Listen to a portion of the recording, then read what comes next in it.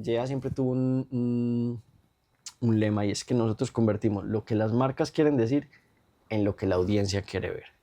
Lo que las marcas quieren decir En lo que con la lo que la audiencia audiencia quiere ver. ver. Nosotros Jueputa. hacíamos esa traducción. Entonces Sí. nuestro compromiso no era con el cliente, Era con la audiencia. era con la audiencia del cliente.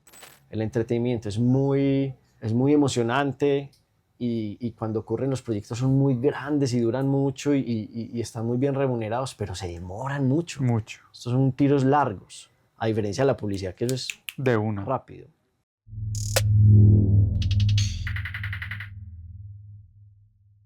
Hola, bienvenidos a un episodio más de Pitch Medellín. ¿Quién tenemos invitado hoy? Hacíamos como un recuento de cómo la vamos a presentar y creo que es una buena introducción.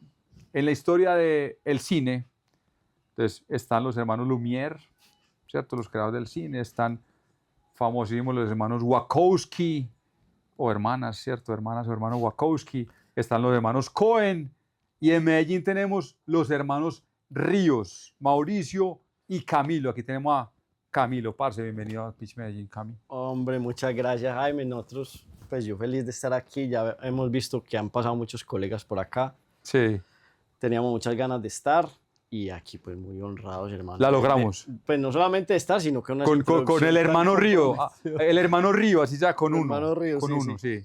El año pasado tratamos, sí, que los dos, que no podía uno, pero Mi bueno. hermano es el productor, tiene una agenda más complicada. Sí, sí, sí, pero bueno, viene aquí su manager, no.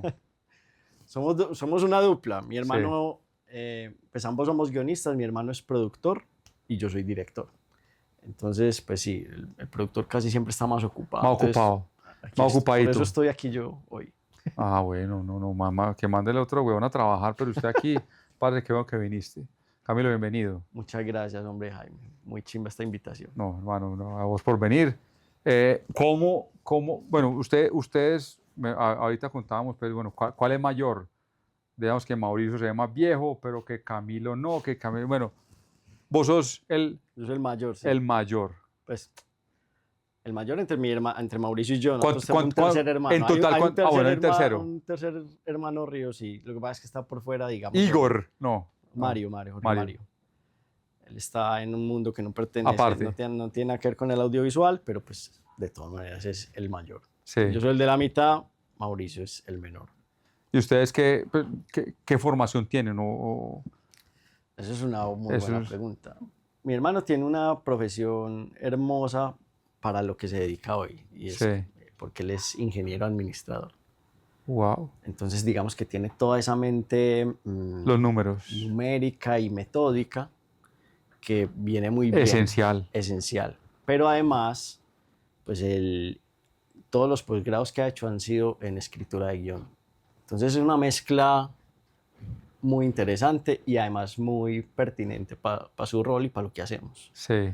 Porque tiene la sensibilidad del guionista, pero pues tiene toda la estructura del ingeniero y que lo aterriza, lo pone a tierra. Yo he tropezado más por el mundo creativo. Tropezado. He tropezado por varias partes. Yo de profesión soy diseñador gráfico. Sí. Sin embargo, yo entré al mundo audiovisual por la música. Yo desde que estaba en el colegio hacía música. Intenté empezar a estudiar música en EAFIT, hice un semestre, me aburrí, era como un acercamiento muy distinto al que yo quería con la música. Y empecé a trabajar en un estudio de postproducción de audio.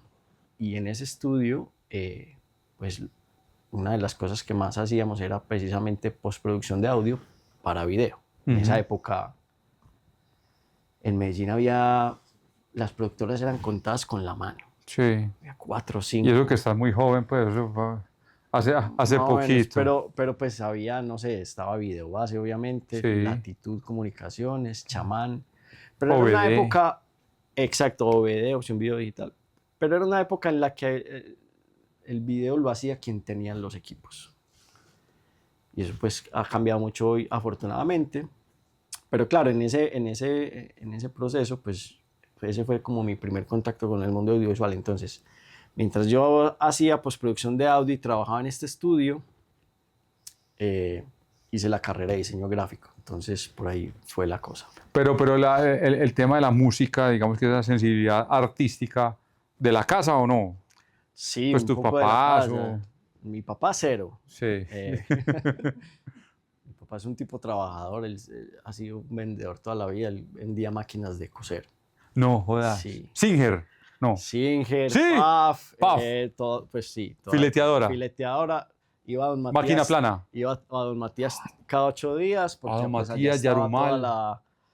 toda la industria de los blue jeans y todo Uy, eso, qué es donde más teso. vendía. Bueno, y él pues dedicado a eso. Mi mamá sí, pues con un alma un poquito más artística, por el lado de los Vázquez, nosotros somos Ríos Vázquez. Sí. Por el lado de los Vázquez hubo siempre un poquito más de inclinación hacia la música. Mi mamá cantaba, tenemos una tía que fue cantante de flamenca mucho tiempo, bailaban, bueno, por ahí viene, digamos, esa vena. Pero sí, yo creo que es por ahí. Sin embargo, pues no sé, yo estaba en el colegio chiquito y de un momento a otro me picó el bichito de la música y yo dije, no, yo me voy a meter a esto. Y los papás que no. No, sabes que yo lo que creo quiero es música. Hágale, mi amor, que. eso fue clave Qué bueno. para nosotros también. Nunca uno, pues, Sí. voy a tratar de decir esto de una manera bonita. Me disculpan Pero los que me vean. nosotros, me disculparán mis papás, pues si ven este video, pero nosotros somos de una clase media emergente, ¿no? Sí. Como casi todos los que hacen Sí, audiovisual. sí, sí. Pero yo siento que mis papás hicieron un esfuerzo grande por darnos las condiciones que tuvimos. Entonces, cuando nosotros, o cuando yo en mi caso dije, yo quiero música, ellos sabían que habían hecho un esfuerzo como tan concreto y tan honesto, que dijeron, si esto es lo que ellos están viendo, eso está bien. Ellos qué estaban belleza. confiando en que nosotros estábamos viendo un mundo distinto al de ellos. Sí. Y confiaban en que si nosotros No, teníamos abogado, el criterio ingeniero, para doctor. escogerlo, íbamos a estar bien. Sí. Entonces, digamos que eso también fue una de las razones por las que nos hemos tirado a hacer todo esto que hoy estamos haciendo, que parecía una utopía en esa época, como con mucha solidez y con mucha tranquilidad. Qué teso. Sí. Pero siempre fuiste muy llave de Mauricio. Sí, pues, a ver. Pues hermanos, pues por supuesto los tres, pero digamos por supuesto, que... sí, pero mi hermano y yo, pues Mauricio y yo siempre estuvimos un poquito más cerquita. Mis hermanos, yo era, cuando estábamos chiquitos, yo era como el distinto, ¿no? Malcolm in the Middle. Sí, Malcolm in the Middle. Yo era el bicho raro, pues, porque mi hermano mayor, ellos eran mucho más deportistas, eran mucho más como convencional, pues, o se parecía a la gente que nos rodeaba. Jugaban carritos, jugaban fútbol, les gustaba. Yo era un tipo raro. Sí. Me gustaba, yo era muy ensimismado, yo veía caricaturas todo el día en televisión. Tommy Jerry. Jugaba mucho Nintendo, puro Hanna-Barbera. Hanna-Barbera. Me pegaba de Cartoon Network a lo que diera. Y era muy ensimismado, yo nunca fui bueno para los deportes, leía mucho. Y en la adolescencia me dio la cosa punqueta y metalera de no, yo me voy a meter por la música. Tal. Sí. Y cuando empecé en el mundo de la música, ahí fue. ¿O tocaste instrumentos? No, güey, no solamente toqué instrumentos, yo hubo un momento en el que. una banda de trash punk de... No, mira, te cuento el cuento entero. Cuando yo estaba en el colegio me metí a lo de la música y en esa época se hacía. ¿Qué colegio? San Ignacio. Coros y conjuntos. Se hacía el Festival de Coros y Conjuntos, Sí. Entonces yo participé mucho tiempo en Coros y Conjuntos. Lo máximo en esa época. Y bueno, tuve épocas antes. una fortuna, y es que en esa época nos tocaron un par de personas o de profesores de música que a mí me volaron la cabeza y me dijeron o me dieron a entender como que se puede distinto, que fueron en esa época Eneas y Pala. Pala no sé si... Pala todavía sí, claro. Eneas ahora está pues en Canadá, pero Pala pues sigue por ahí. Sí, Pala suena. Pero Suena eso fue bastante. fundamental porque esas participaciones en esos festivales ellos nos dieron mucha confianza, a mí me dieron un montón de confianza, entonces yo no me acerqué a la música como con un instrumento, yo lo que quería era hacer canciones, Ajá. y eso era muy raro, pero yo sentía que había que saber un montón de cosas para hacer canciones, y ellos me dijeron, no, no, no, no, no, hágale. ¿Qué quiere decir? Escriba, Eso, escriba. Sí. Y eso fue fundamental. Entonces, esa época del colegio fue de mucha creación y de mucho contacto con la música. Cuando salí del colegio, yo dije, no, pues es que lo mío es la música, y empecé a estudiar en EAFIT para darme cuenta que antes de Que no era entrar, eso. pues yo ya no había estudiado música chiquito, entonces de la teoría me faltaba todo. Ah. Entonces dije, para poder empezar en primer semestre tengo que estudiar 5 antes. Sí. Dije, no, weón, no sé, por aquí no fue. Entonces deserté y empecé a trabajar en este estudio, mientras estudiaba diseño gráfico, que era otra cosa. Pero por ahí vino el asunto de la música. Mientras yo trabajaba en el estudio, yo hice una carrera como solista. Yo compuse grabé un disco. No jodas, no hay que buscarlo. Hice la tarea, tocaba en colegios, en universidades, en bares. Era una época precaria, ¿no? Sí. No había redes sociales. Un videoclip valía mucha plata. No, pues imagínate, en esa época. Grabar un disco era... Grabarlo en Betacam. No, marica, era El solo hecho de visualizarlo, poderlo ver. Hicimos el esfuerzo, sin embargo, y el disco fue un buen disco. Eso era una época muy concreta. Estaba el tropipop en toda su furor, ¿no? Yo no estaba haciendo tropipop. Eso fue, ¿qué? 2006, por ahí. No, eso fue como entre 2000 y 2005. Sí. Yo saqué el disco en el 2005. Cómpralo ya. Pero yo... No, todavía, huevón, ahí está el disco con derecho y todo. Por ahí está, sí. No lo busquen porque... Bueno, mentiras. Pero en Spotify. Por ahí está. Sí. Yo hacía pop. Y fue justo antes de que empezara el fenómeno de la música urbana. Entonces eso estaba ahí, todavía el pop era la maravilla y el tropipop estaba muy fuerte, pero estaba justo a punto de terminar y entrar el reggaetón y la música urbana. Eso fue lo que me acabó. No, y sabes también que me acabó. Esto lo digo hoy pues ya más tranquilo pues y como con mucha más perspectiva, pero yo me di cuenta que yo no tenía lo que se requiere. Sí. Que básicamente es que había que saber un poquito más de música. Yo era un tegua, pues, yo estaba inventando ahí. Entonces, digamos que la disciplina de la música me hizo falta y no la tuve, entonces dije, hasta aquí llegué. Y lo otro es que tampoco yo me sentía tan ¿También o qué? tan bien parándome frente a un escenario. Eso requiere una energía distinta. Sí. Y a mí me causaba, hoy lo entiendo pues más, pero me causaba más ansiedad que disfrute. Ok. Entonces yo dije, no, pues esto no. Y ahí paró la carrera. Yo seguí componiendo, haciendo música en el estudio mucho tiempo, hice mucha música, hasta que empezó a picarme el bichito audiovisual, porque yo estudiaba diseño gráfico. Y mi énfasis en la carrera de diseño siempre fue la imagen en movimiento y el video. Y Medellín ya venía sacudiéndose un poquito y diciendo, no, vení, la gente está haciendo audiovisual toda en Bogotá. No, ¿quiénes somos los de acá? ¿Qué hacemos acá? ¿Qué hacemos acá? Y empezaron a surgir nuevas casas productoras, mucho más producto audiovisual, empezaron a verse unos roles que no existían, entonces ya había directores, ya había director de fotografía, había camarógrafos, eso era Que no, antes no había. Pues, o estaban en los canales, ¿no? Pues sí, estaban en sí. Telemedellín, en Teleantioquia, Teleantioquia, pero no había una industria audiovisual, digamos, emergente, pero estaba el bichito. Inclusive, con el nacimiento del fenómeno del reggaetón, yo sigo defendiendo que eso fue fundamental para el crecimiento de la industria audiovisual, porque a través del videoclip eso fue una explosión. Para todo, yo creo que pues, Todo. para el músico, para el cantante, para el que hace el video, Exactamente. el productor. Y ahí fue cuando, bueno, ya yo alcancé a trabajar en el estudio haciendo audio 10 años, hasta que yo dije, no, es que yo aquí ya no voy a crecer más, esto es que no hay más para dónde. el negocio del audio publicitario en esa época ya estaba decayéndose, oyéndose al carajo, y lo que venía era el video. Entonces yo dije, no, vamos a hacer audiovisual. Y contaba con la fortuna de que mi hermano, que había terminado su carrera de ingeniería en la Escuela de Ingenieros, había pasado hizo las prácticas en Noel, Sí. y había empezado a trabajar en el departamento de mercadeo, también muy por el lado creativo, pues él estaba del otro lado, pues del lado del que contrata Ajá, la agencia. Exacto.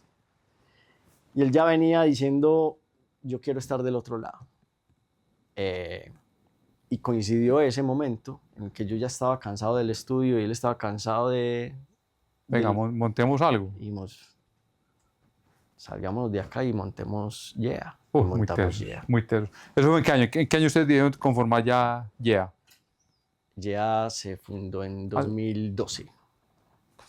2012. Sí. En abril de 2012 se fundó. Arrancamos, compramos un computador y nos fuimos de arrimados a la oficina de un amigo ahí en Manila, que le dijimos, alquilarnos un puestico, y éramos mi hermano y yo. Y muy rápidamente, en cuestión de un año, 8 meses, un año, ya éramos 4 o 5 de Yeah, y mi amigo solo en la oficina. Marica, no, vámonos. No, marica, mira, me tenés ocupado todo esto Sí, acá. Sí. Y ya buscamos nuestra propia oficina y estuvimos en... ¿Tú arrancas con qué? ¿Con publicidad? Sí, nosotros arrancamos haciendo publicidad. En principio, era parce lo que salga. Sí. Todo. Los mercenarios del video. Nosotros dijimos... ¿Cuánto hay para eso? Tanto, hágale. Pero ¿sabes qué? Nosotros siempre supimos que nuestra fortaleza era creativa. Sí. Entonces, concepto de campaña se lo hacemos. Sí. Parce, un volante, un flyer, también. Hágale, también. Yo era diseñador gráfico. Y de pronto el video, también. Pero nos fuimos pegando más por el audiovisual. En principio era mucho motion graphics, pues que era gráficos en movimiento, que en esa época era uff. No, imagínate el render, pues. Pues el boom, weón, hicimos lo un montón máximo de motion graphics.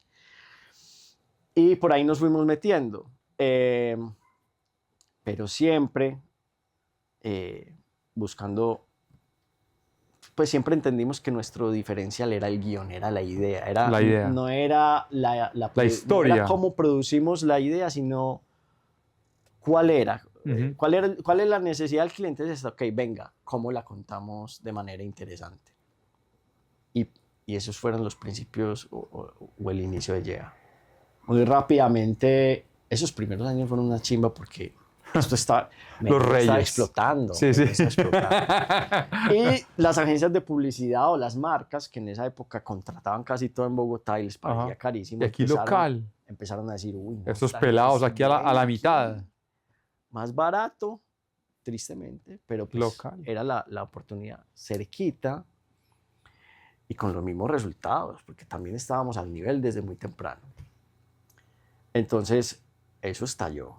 Y muy rápidamente, pues nosotros pasamos de ser mi hermano y yo a ser, en principio, estuvimos mucho tiempo, fuimos un equipo de 5 personas, como 3 o 4 años, y luego Yeah creció, llegamos a ser 18 personas, mucho tiempo, sí, haciendo audiovisual para marcas duro. Trabajamos para casi todas, sí. con las que yo digo que todos los que hacemos audiovisual en Medellín o en Colombia hemos trabajado, que son Bancolombia, El Éxito, Sura. ¿En qué momento que dijeron ustedes, atendemos cliente, hacemos el producto que nos diga el cliente? Pero bueno, ustedes dos, Mauricio y vos, qué bueno hacer o un corto, o una película, o un video de esto. ¿En qué momento ustedes dijeron, no, qué chimba hacer lo nuestro, lo que nos gusta, que estamos acá no hacer algo así por el estilo? Pues mira, eso fue un poquito... Eso fue llegando, o sea, mi hermano y yo siempre sabíamos que el objetivo, ojalá algún día, iba a ser el cine, ¿no? Pero sí. Eso parecía lejos, la verdad. Pero nosotros siempre tuvimos una ideología, una forma de trabajar, y es que así el proyecto fuera chiquito, por ejemplo, te pongo un ejemplo, vamos a hacer para Celsia un video que le enseña a la gente a usar una nueva impresora. Sí. Y a pesar de que había muchas formas de hacerlo muy fácil, rápido y facturar, nosotros siempre decíamos, venía, aquí hay un reto. Hagamos esto como si fuéramos directores de cine. Exactamente. Entonces no estábamos prestando un servicio, estábamos entrenando para el cine. O estábamos Finalmente un comercial es una historia. aprovechando la oportunidad de... Es hombre, una nos película están- chiquita. Exacto, nos están pagando para hacer audiovisual. ¿Cómo aprovechamos nosotros para hacer esto que soñamos? Entonces nosotros siempre tuvimos un acercamiento muy comprometido con el mundo audiovisual para atender a nuestros clientes. Entonces, para nosotros ningún reto era chiquito. Te pongo un ejemplo muy Esta es concreto. la idea. Sí, una vez nos llamaron a decir, ve, queremos hacer un video para enseñarle a una gente los pilares de la cultura de esta empresa. Entonces dijimos, un video no, hagamos una serie. 7 temporadas hicimos. No, que fue puta Siento vendedor de temporadas, humo, sí. huevón. No, No, pero... Querían un video, no, le dieron una temporada de 7 Claro, capítulos. Pero es que vos puedes hacer un video Sí, sí, corporativo sí. que diga, aquí Pero- entonces los principios fundamentales son tan. Dijimos, Pero, no, ¿quién se acuerda algo de eso? Nada. Nada. Pero si lo haces, como dijiste, pues como una serie, que a la gente le quede algo. Entonces dijimos, creemos unos personajes que encarnen unos perfiles y pongámoslos a interactuar. Y la gente se veía ahí reflejada y decía, este es como fulanito, yo soy más como este. Eso fue un éxito. Necesito una imagen, no, tú necesitas una película. Exacto. Sí. Entonces nosotros siempre tuvimos ese nivel de película y lo seguimos teniendo, pues.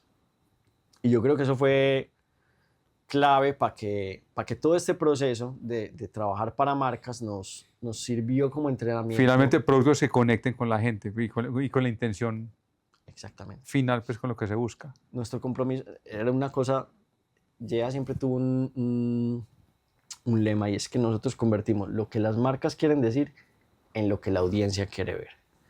Entonces, aunque Lo que las marcas quieren decir en lo que con la lo que la audiencia quiere ver. Nosotros Jueputa. hacíamos esa traducción. Entonces, Sí. nuestro compromiso no era con el cliente, Era con la audiencia. era con la audiencia del cliente. Entonces, nosotros le decíamos al cliente, vení, es que nosotros nos gusta hacer aquí esto. Sí, ok, todo bien, pero ¿usted a quién le va a ¿Quién decir va a ver esto? eso? ¿Usted quién le va a decir esto? Esa gente, ¿cómo ¿Vos crees que la gente va proyecto? a consumir y va a digerir eso? Nada, póngalo de esta forma. ¿Cómo les vas a mostrar el video? ¿En qué circunstancias los vas a ver? No, es que eso es una reunión en un salón grande. No, entonces venga. Ladrillo. Si eso va a ser así, entonces hagámoslo de esta manera. No, pero también se los podemos mandar por el celular. Entonces me estás cambiando las condiciones. Entonces, en ese asunto de volver a la audiencia, el objetivo principal, creo que fuimos construyendo un estilo y nos fuimos fogueando realmente para el mundo del cine, porque el compromiso siempre fue con la audiencia, no tan, pues con la audiencia para la marca, Sí.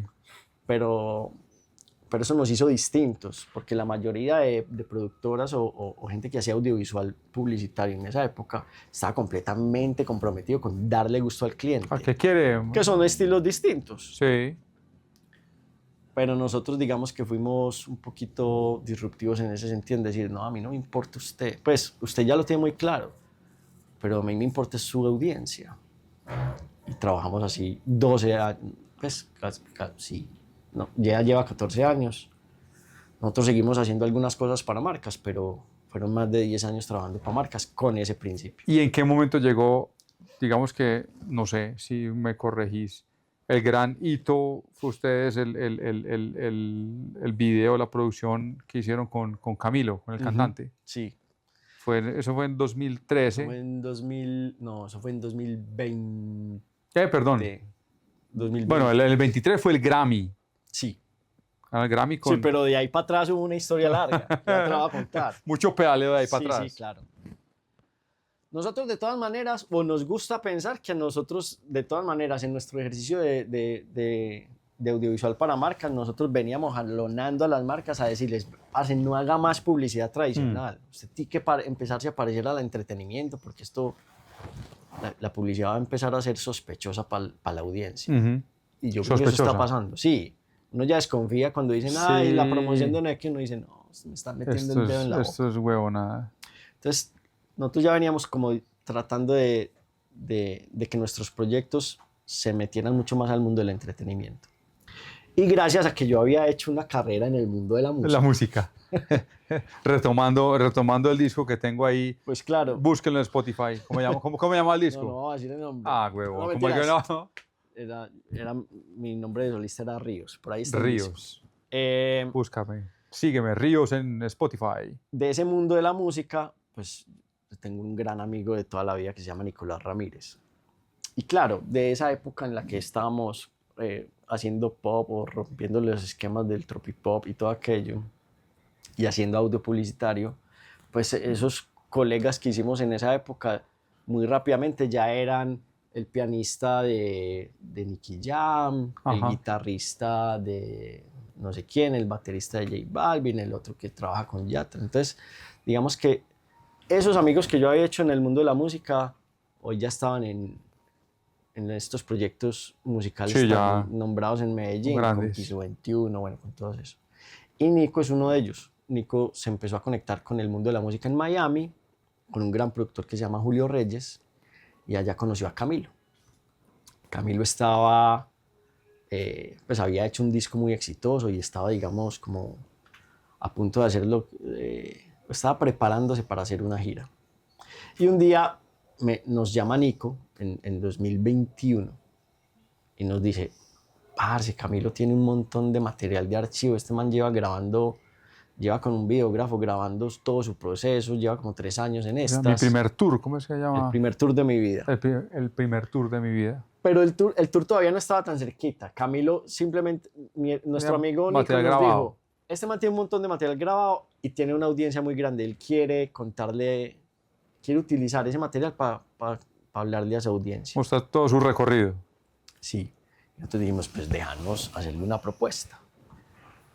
Nos pusimos muy juiciosos a hacer una cosa que nos encanta, que es investigación, ¿sí o qué? Que es parte de la etapa de desarrollo, a nosotros nos encanta. Y empezamos a entender, este man habla así, este man le dice así a la audiencia. ¿A quién le llega? ¿A quién le habla? Y YouTube era su canal más concreto con la audiencia. Y le dijimos, Camilo, parce, hicimos una serie, pues acá diseñamos una serie para YouTube. Y esto se llama Figura y Fondo. Me acuerdo más o menos. Y le propusimos una serie de capítulos muy corticos que tenían, digamos, toda la esencia que él buscaba, celebraba muy bien la forma en que él se comunica. Y se la presentamos y ese man dijo, marica, de una. ¿Qué es esto tan chima? No puede ser, estos manes me no necesitas el video de la canción, necesitas una serie. De nuevo, se repite. Más o menos. Sí. Pero tenía todo el espíritu de él. Nosotros hicimos el ejercicio muy juicioso de entenderlo. Y entender a su audiencia. Y dimos en el clavo. Y él dijo, parce, esto me encanta. Y ahí lo que empezó a pasar, eso era, yo creo que eso fue durante la pandemia.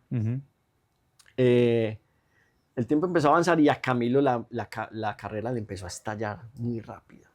Y se empezaron a abrir ya escenarios en España, empezaron a volver a permitir conciertos en vivo y toda la cosa.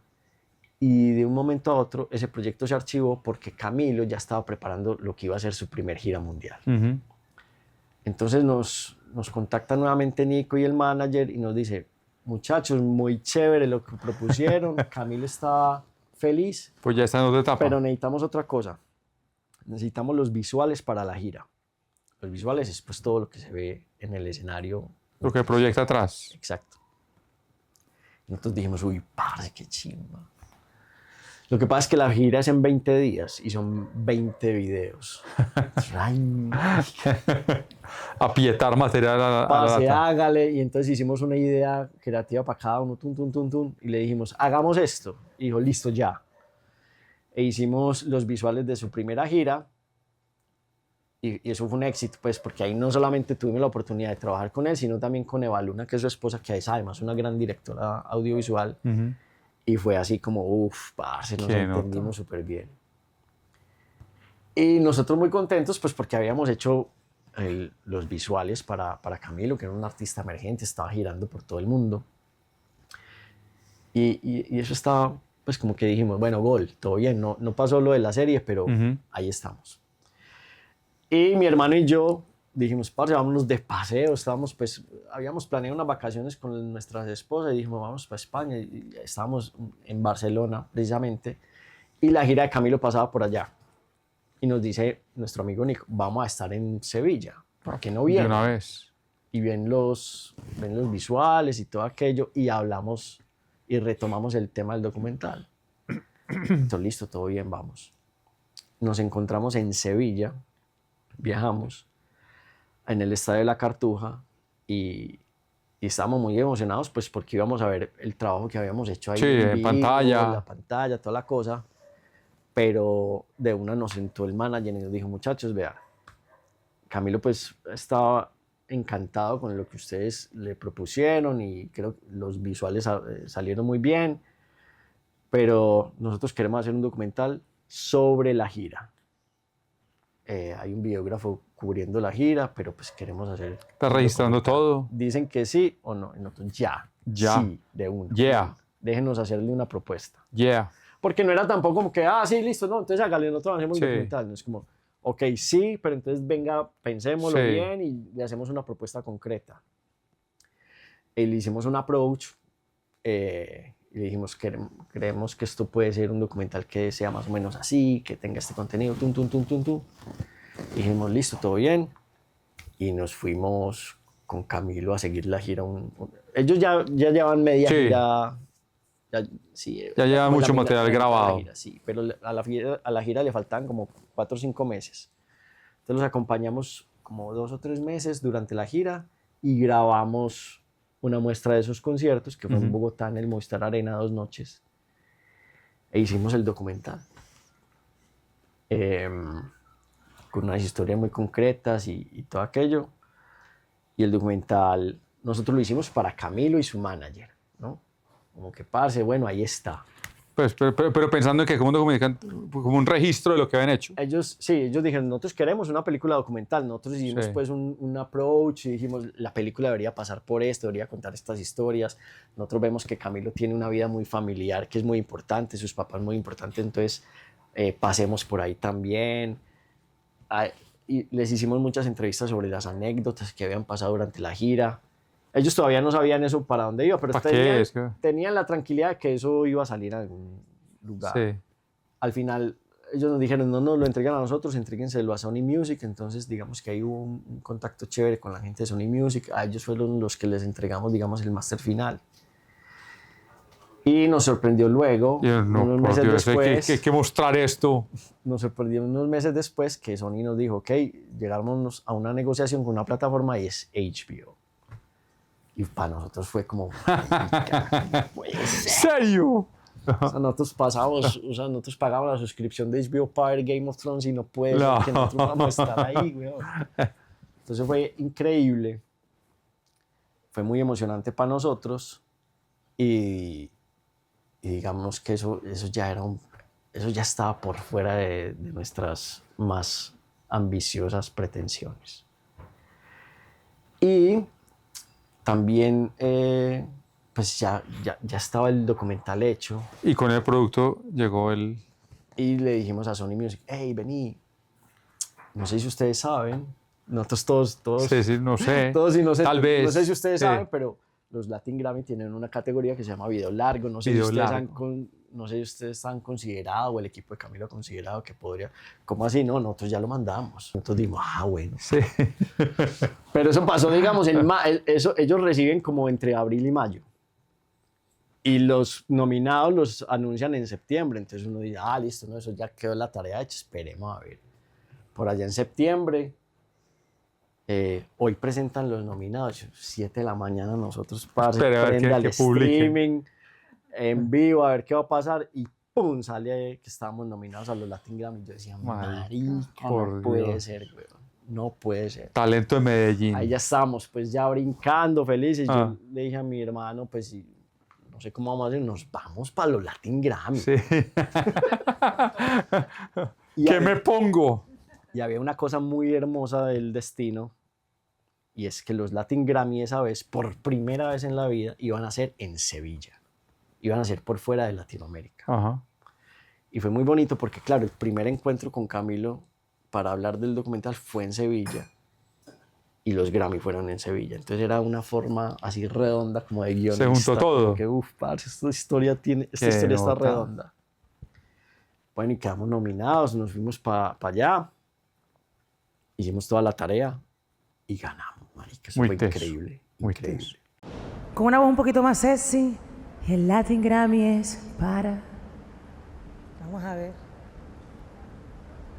¡Camilo! ¡Eso!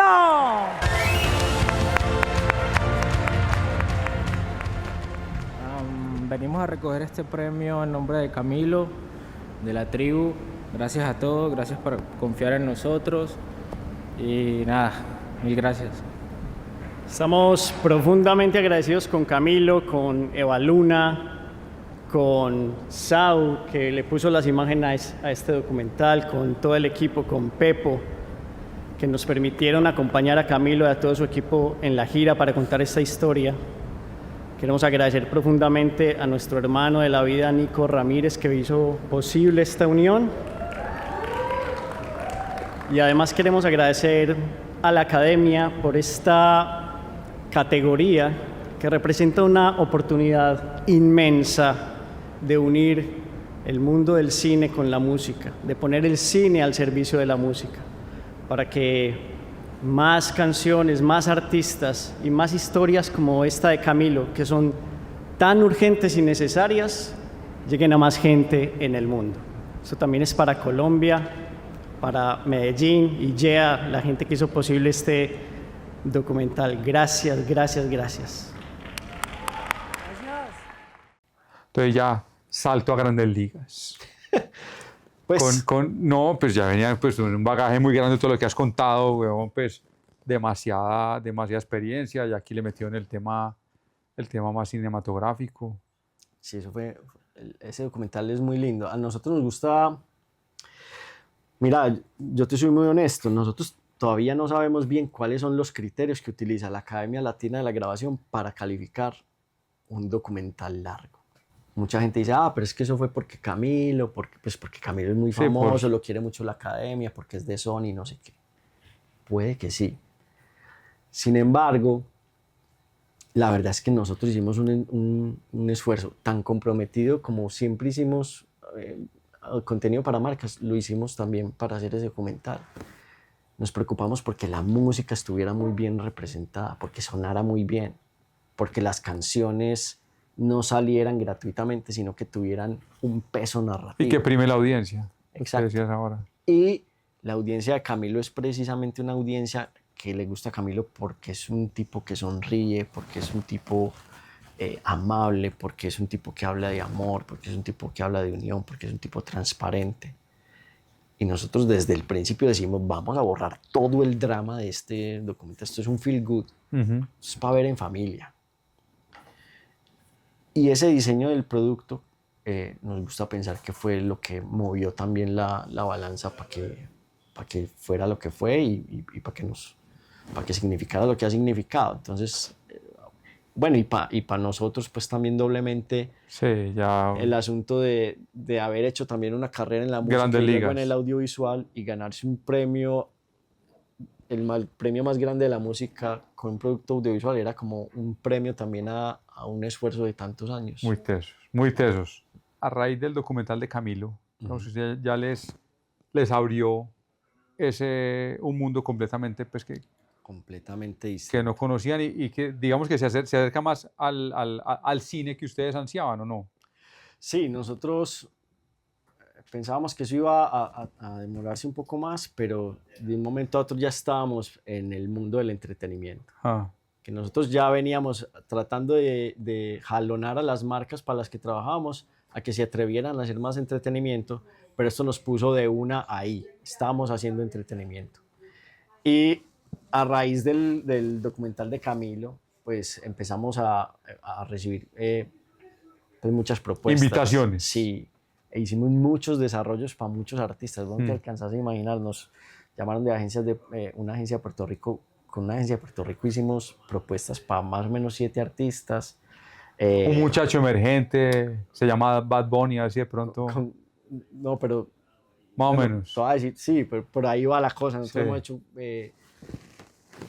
desarrollos para documentales para Karim León, para Peso Pluma, para Cristian Nodal, para muchos artistas. Wow. Y eso nos sirvió mucho porque nos volvió muy... Nos permitió ejercitar el músculo pues, del desarrollo y de la idea concreta. Y entender cómo es que se y maneja hacer- ese negocio, pues cómo funciona. Exactamente. Pero, y hacer dossiers, y hacer pitch, y presentar la idea, y coger la historia de un ser humano y convertirla en una historia audiovisual, ponerle, bueno. Eso fue muy enriquecedor todos esos años en los que trabajamos mucho, haciendo desarrollo de proyectos documentales, aunque no haya salido ninguno. Porque claro, también entendimos ahí y aprendimos que estos caminos son muy largos. El entretenimiento es muy emocionante y cuando ocurren los proyectos son muy grandes y duran mucho y están muy bien remunerados, pero se demoran mucho. Mucho. Estos son tiros largos, a diferencia de la publicidad, que eso es De una. rápido. Entonces, y eso nos puso en el mundo del entretenimiento y ahí hicimos, digamos, esa escuela. Mientras seguíamos haciendo algo de... Pues nosotros mantuvimos paralelamente y Pues lo seguimos que siga manteniendo con el publicidad. trabajo con publicidad, sí. Y luego llegó el proyecto de Nacional, que ese es todo de mi hermano. Pues los dos, entiendo que los dos son enfermos por el Nacional. No, mi hermano es ¿Tu hermano? más Sí, hincha. sí. Mi hermano ha sido abonado Mauricio. toda la vida, ha jugado fútbol. Sí.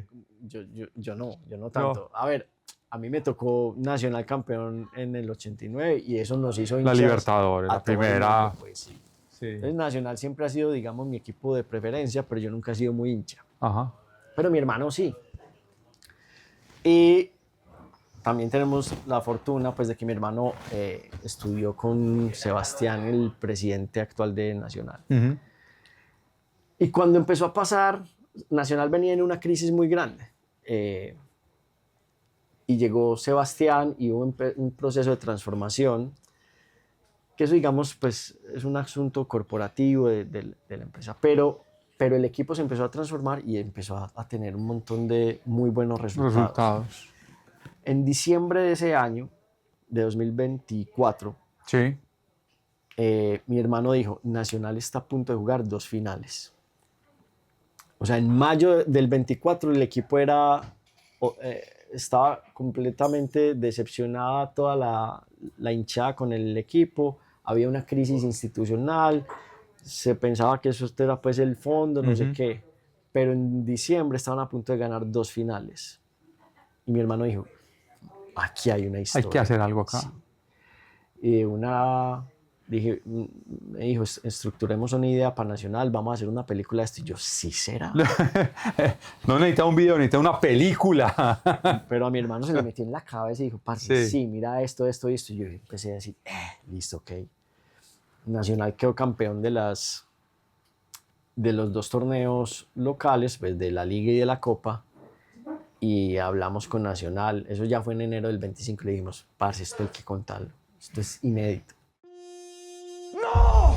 ¿Cómo nos van a sacar si nosotros somos campeones? No había una empatía entre el equipo, la hinchada, los directivos. ¿Qué pasa, Nacional? Es que a quién se le ocurre poner una tienda del Nacional aquí en Bogotá, por Dios. Es una tristeza que te sirve para ser más fuerte.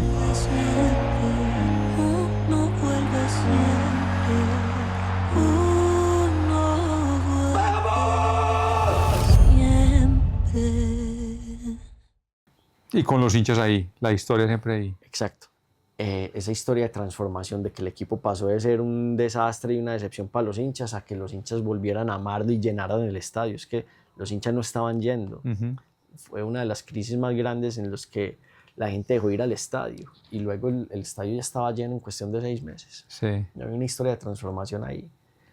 Entonces fuimos, hicimos una idea y se la presentamos a Nacional y dijeron, listo.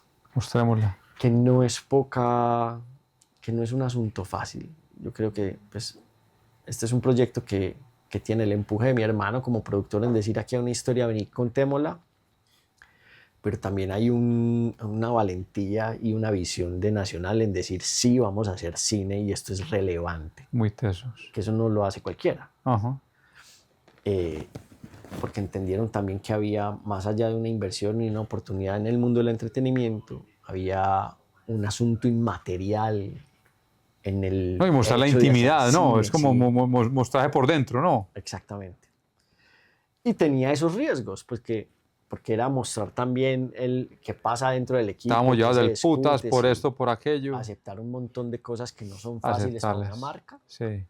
Porque las marcas siempre posan de una perfección que es irreal, ¿no? Pero Nacional está dispuesto a decir, no, nosotros fallamos y nosotros perdemos y la derrota hace parte del mundo del deporte y esa visión fue la que nosotros todavía se le agradecemos a Nacional, fue la que también quisimos poner en la película. La humanidad.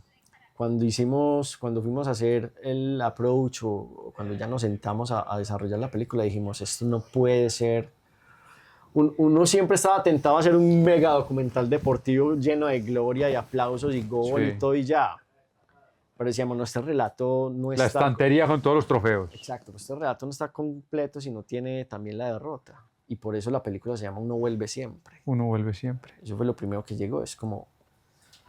La derrota hace parte, pero el hincha tiene que saber que uno vuelve siempre.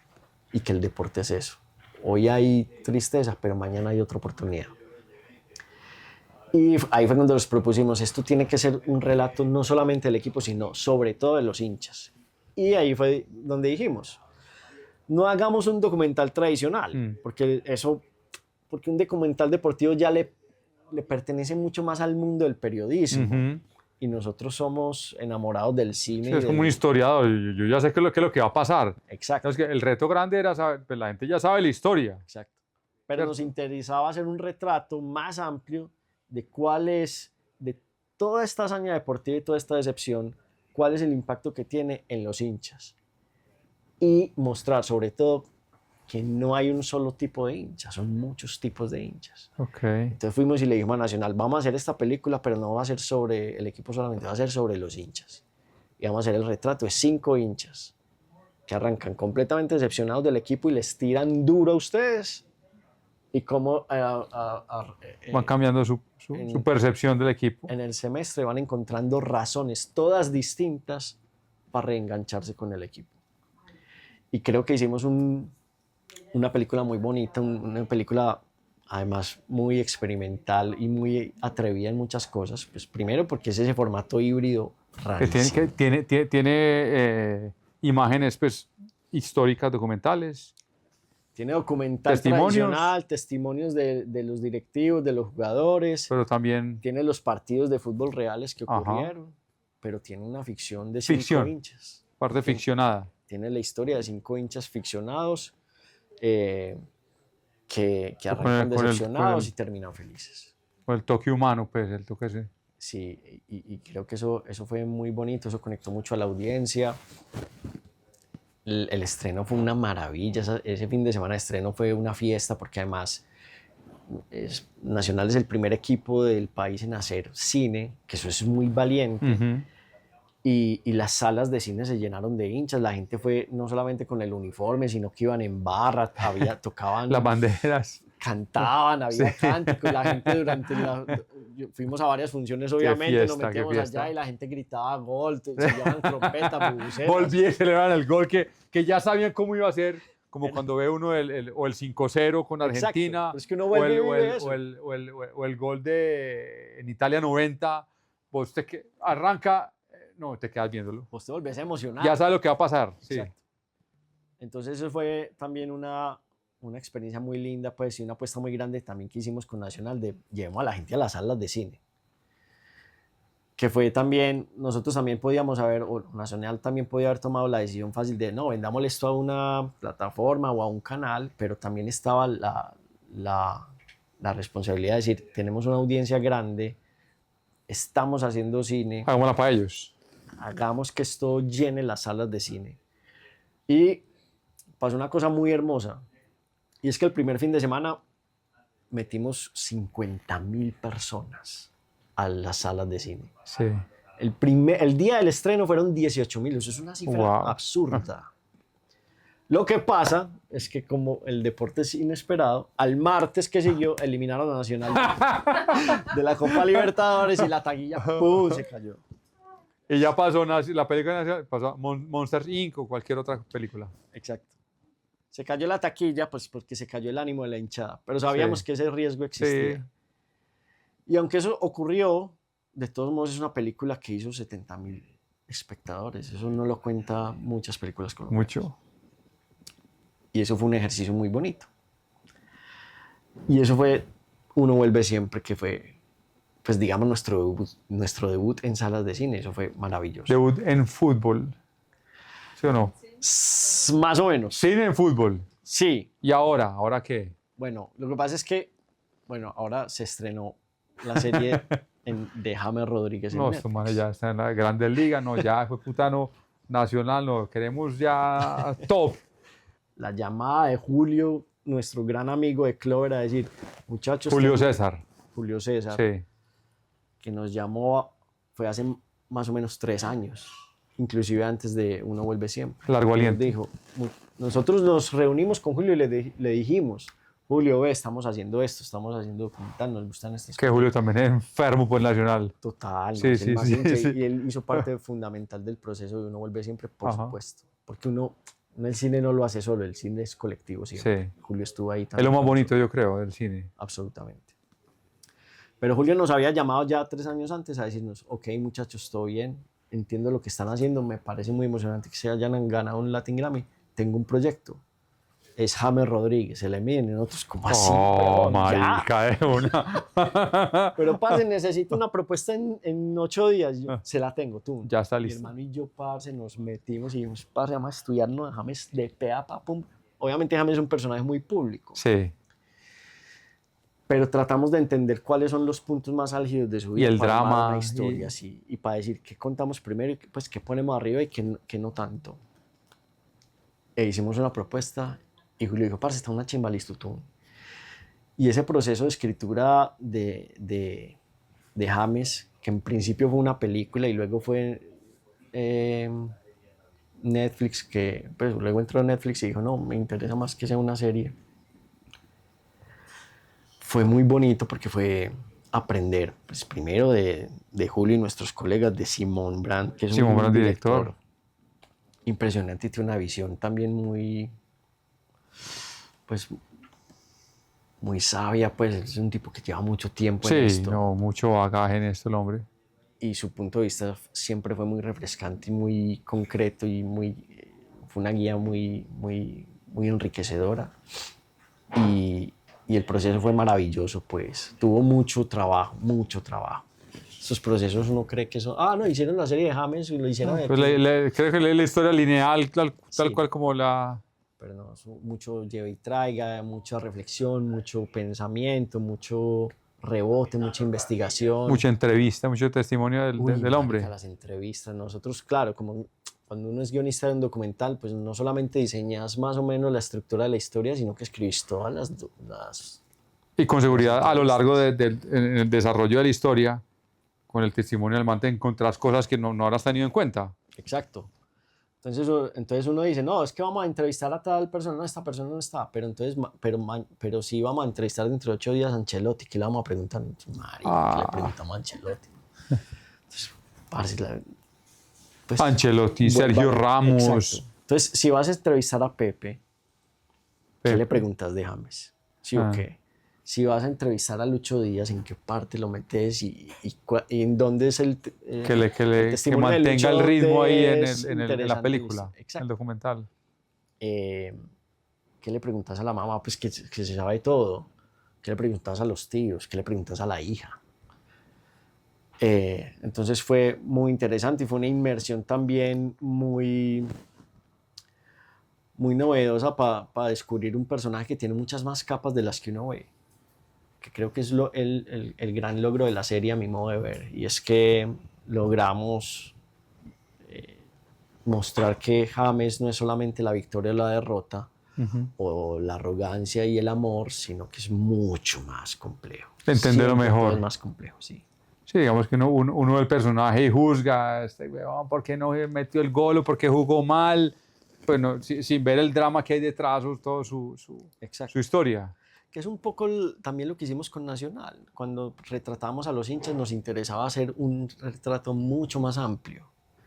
Que al final, cuando uno está haciendo o contando estas historias, sean documental o ficción, a mí o a mi hermano y a mí nos gusta pensar que siempre se trata de descubrir a los seres humanos. Mostrar un poquito, miren, nosotros somos así. El cine es eso, es un reflejo de lo que somos. Wow, Yo me veo ahí o veo cómo hay alguien distinto a mí. Y de Eso pronto, ya es muy de pronto lo valioso. entiendo mejor. Exactamente, ¿Cierto? exactamente. Yo sé por qué es así, pues, tiene estas condiciones, y o le ha pasado esto, o piensa así. Yo creo que eso es lo que los que estamos haciendo cine y moviendo el mundo del cine aquí en Medellín, que es digamos, es un asunto que sigue en evolución. Pues, yo no podría decir que hay una industria gigantesca del cine ya inmadura, estamos empezando con muchas ganas de hacerlo, pero pues nos falta, pues, y estamos en ese camino. Me gusta pensar que nosotros estamos en la tarea de hacerle entender al público, no solamente al público, sino también a la gente que tiene la capacidad de financiar el cine, que el cine es más importante que solo el entretenimiento. Nosotros tenemos un acercamiento de que el cine es entretenimiento, y sí lo es. Es un plan buenísimo, es un plan familiar inigualable, es un parche, uno se divierte, uno vive un montón de emociones, es muy rico para ir con la novia, con el novio, con la cosa, ¿sí o qué? Es un plan muy bueno y es muy entretenido. Pero tras el entretenimiento está la oportunidad de reconocernos a nosotros mismos, de ver que yo me parezco o de ver que yo no me parezco, pero que hay gente así, de ver a la sociedad. Entender las historias. Por eso el cine es tan importante y por eso los que estamos haciendo cine celebramos que haya un aporte institucional y haya un espaldarazo al cine que se está haciendo, porque el cine es necesario, no solamente para entretenernos, sino para reconocernos como sociedad. Y en eso estamos. Y finalmente es, digamos, que mostrar cómo somos hoy, ahora, en este momento, ¿cierto? Alguien en un futuro verá las películas de ahora y entenderá por qué hacíamos lo que hacemos actualmente, o por qué somos así, o por qué nos vestimos así. Hacer cine es hacer historia. Y la historia con todo. Somos la memoria histórica. Exactamente. ¿Y cómo es el cine ahora aquí en Medellín? A mí precisamente ayer estaba en una muestra de cortometrajes y toda esta semana nos dimos cuenta, hay mucho cine que está sucediendo, uno no se da cuenta, pero no se da cuenta. Esta semana, hace un par de semanas terminaron 2 rodajes de 2 películas gigantes que hicieron 2 directoras de aquí de Medellín. Por Dios. Terminó el rodaje de... empezó el rodaje de Todo esto eran mangas de Daniel Abad y terminó el rodaje de Arde un reino de Catalina, que eso es maravilloso, es que está pasando. O sea, el cine en Medellín está pasando. Seguramente tendría que haber un poquito más de vitrina, un poquito más de visibilidad y exposición, y por eso es tan importante esto que estamos haciendo acá. Sí. Y esto que ustedes están haciendo para mostrar esto que está ocurriendo. Pero el cine en Medellín está ocurriendo y está creciendo a pasos agigantados y exponenciales, porque afortunadamente estamos en un valle del que brota un montón de talento. Y no solamente el talento es muy bueno, sino que el cine, que es lo más hermoso de este oficio, uno no puede hacer cine solo. Vos puedes hacer música solo si querés. Vos te sentás con tu guitarra, grabas solo. Pero el cine necesita al otro. Entonces, que este oficio sea colectivo es maravilloso porque pone a todo ese talento a conversar. Y el producto que nace de la conversación de ese talento conversa con la gente. Es maravilloso. No, y la forma como mueve la economía, pues, o sea, un rodaje aquí en la ciudad, todo lo que involucra la contratación pues, del talento, de los servicios asociados alrededor de la producción.